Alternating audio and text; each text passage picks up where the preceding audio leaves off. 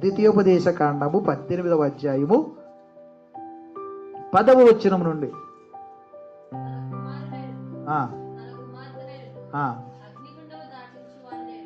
అగ్నిగుండము దాటించు. అగ్నిగుండాలు తెలుసా? అగ్నిగుండాలు ఇప్పుడు అక్కడికి నిపుల మీద పరిగెత్తేళ్ళు ఉంటారు చూడండి, నిపుల మీద దాన్ని అగ్నిగుండాలు అంటారు. అగ్నిగుండాలు దాటించేవాళ్ళు అంటారు. కొంతమంది ఎక్కడికి వెళ్తారు, అక్కడ ఏదో జరుగుతుంది అని చెప్పేసి, అక్కడ ఏదో మేలు జరుగుతుంది వాళ్ళ దగ్గరికి వెళ్ళిపోయేటటువంటి వాళ్ళు ఉంటారు. అగ్నిగుండములు శకునములు చెప్పేటువంటి సోదెగాండ్రు. ఇదిగు ఆ తూర్పు దగ్గరికి వెళ్ళి నుంచి ఒకళ్ళు వచ్చారు, వాళ్ళు నీకేదో చేశారు కాబట్టి నీ ఇంటిలో ఇది.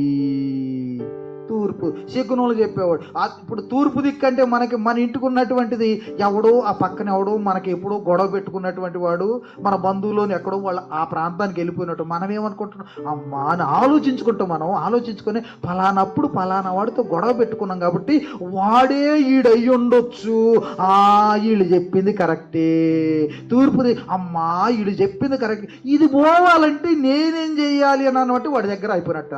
ఈ నా వల్ల పడిపోయాడు, వీడి దగ్గర నేను ఎంత లాగాలో లాక్కోవచ్చు, వీడి ప్రాబ్లం ఏంటన్నది అప్పుడు ఆలోచిస్తాడు. దీనికి సొల్యూషన్ ఏం చెప్తాడు అంటే వాడే ఒకటి పెట్టి వాడే ఒకటి గక్కించి నీకు మందు పెట్టాడు అని చెప్తాడు. అంటే వెరీ సింపుల్, వెరీ సింపుల్. దీన్నేమో పిచ్చోళ్ళని నమ్మేస్తున్నాం మనం. సరే చదువుదాం తర్వాత.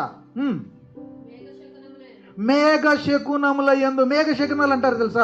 ఇదిగో అదుగుదుగుదుగు నువ్వు అర్ధరాత్రి 12 గంటల సమయంలో ఆ ఊరు నుంచి ఈ ఊరు దాటి వచ్చినప్పుడు పొలిమేర దగ్గర నీకు అక్కడ నక్క అలా అరిచినట్టున్నది, నీ బండి ముందు ఇలాగను ఒకటి వెళ్ళిపోయింది, అక్కడ ఫలాంది జరుగుతూ ఉన్నప్పుడు ఇలాగూ జరిగింది కాబట్టి అది నీ అంట వచ్చింది అని అంటారు. కథం మనకి తెలియదు కదా, వాక్యం తెలియదు కదా, మనకి వాస్తవం తెలియదు కదా మనకి.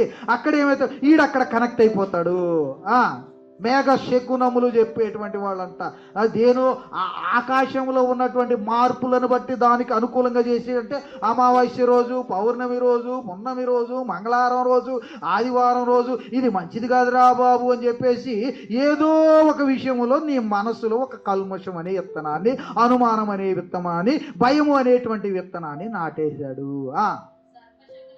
సర్పశకునములు గదుగు నువ్వు ఆ ప్రాంతం నుంచి వచ్చినప్పుడు అప్పుడే నాగుంబం కోసం విడిచింది, నీకు తెలియకుండా దాన్ని దొక్కేశావు, అది పగబట్టింది అని అంటాడు. కథం అయిపోయింది.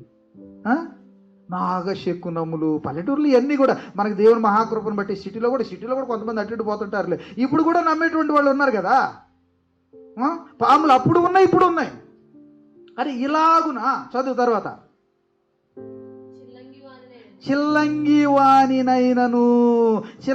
వాణినైనను అంటే ఇక వీళ్ళేంటంటే కొంచెం క్రియారూపకంగా కొన్ని ఆకారాలు, నిమ్మకాయలు పెడతారు, మిరపకాయలు పెడతారు, ఒక బొమ్మను తయారు చేస్తారు, దానికి ఏమో సూదులు పొడుతారు, దానికి పొడి చేసి వాడు ఏం చేస్తాడో మొత్తానికి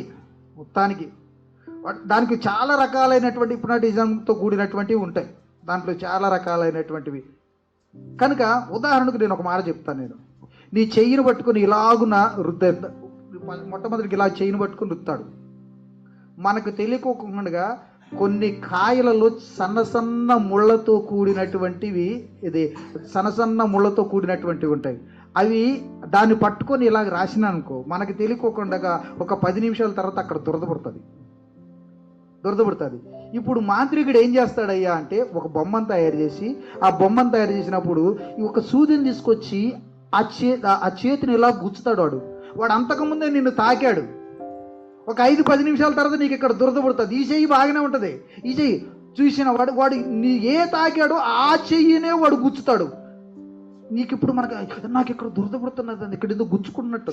ఎస్, వాడు నీకు శాతపడి చేశాడు, నీకు చేశాడు. నేను చేస్తాను, ఇది నేను చెప్తాను అంటాడు. దానికి పోవటానికి అప్పుడు ఒక ఆయిల్ పెట్టుకుంటాడు వాడు దాని దగ్గర. ఎందుకంటే ఆయిల్ రాశాడు అనుకో, అది కొంచెం నెమ్మదిస్తుంది, అక్కడ నెమ్మది ఇచ్చేస్తుంది. కనుక చూడండి సాతానుడు ఇప్పుడు ఎలాంటి మోసాలు చేస్తున్నాడు చూడండి. చదవండి. మాంత్రికుడునైనను మాంత్రికుడు అంటే ఏంటంటే మంత్రించేటువంటిది. ఇప్పుడు మాంత్రికుడు అనేటువంటిది ఏంటంటే మాట చేత మోసం చేయటం.